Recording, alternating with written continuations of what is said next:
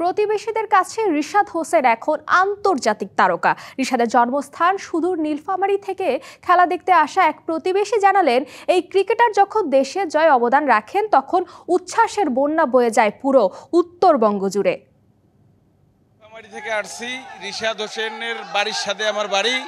West ইন্ডিজকে ৭৪ রানে হারানোর পর বুনো উল্লাসে মেতেছে দর্শক। টাইগার ভক্তদের সেই স্লোগানে ধ্বনিত হচ্ছে একটাই নাম, রিশাদ হোসেন। তারই মাঝে খুঁজে পাওয়া গেল টাইগার লেগ স্পিনার রিশাদের এক প্রতিবেশীকে। বাবার মতোই উচ্ছ্বসিত খেলা দেখতে আসা তার কিশোর পুত্রও। উইন্ডিজের বিপক্ষে ৬ উইকেটে নেয়া রিশাদের এই কীর্তিতে তাদের উল্লাস বাঁধ ভাঙা। রিশাদ আমার ছোট ভাই। আমরা যে খরচাপাতি করে ঢাকায় এসে খেলা দেখার জন্য আমরা বাপ ছেলে আসছি, তো ইনশাআল্লাহ আমরা সার্থক, আমরা অনেক খুশি। রিশাদের খেলা মানে আজকে দেখে আমরা সবাই মুগ্ধ হয়ে গেছি। মানে বিশ্বাস করতে পারতেছি না যে আমাদের জেলার ছেলে, আমাদের দেশের ছেলে এভাবে খেলবে। শুধু প্রতিবেশী নয়, মিরপুরে খেলা দেখতে আসা টাইগার ভক্তরাও মেতেছে রিশাদ বন্দনায়। আজকে প্রথম ছিল আমার স্টেডিয়ামে এসে খেলা দেখা এবং বাংলাদেশের জয় দিয়েই আমার অভিষেকটা হলো। আমি খুবই আনন্দিত। সম্প্রতি ওয়ানডে ক্রিকেটে টানা হেরে আসছিল বাংলাদেশ দল।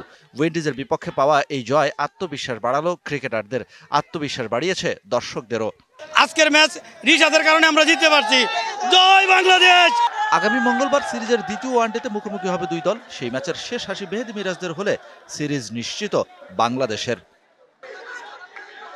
28 ওভার 4 বলের একটা ম্যাচ, সেখানে 13 উইকেটে নিয়েছে স্পিনাররা। সুতরাং বোঝাই যাচ্ছে মিরপুরে কি ধরনের উইকেট বানানো হয়েছে, এবং সেই উইকেট বানানোর পেছনে একটাই মাত্র কারণ, 4 ম্যাচ পর বাংলাদেশ জয় দেখলো এবং সেই জয়ের ধারা অব্যাহত রাখা। শান পাপন, ডিবিসি নিউজ, ঢাকা।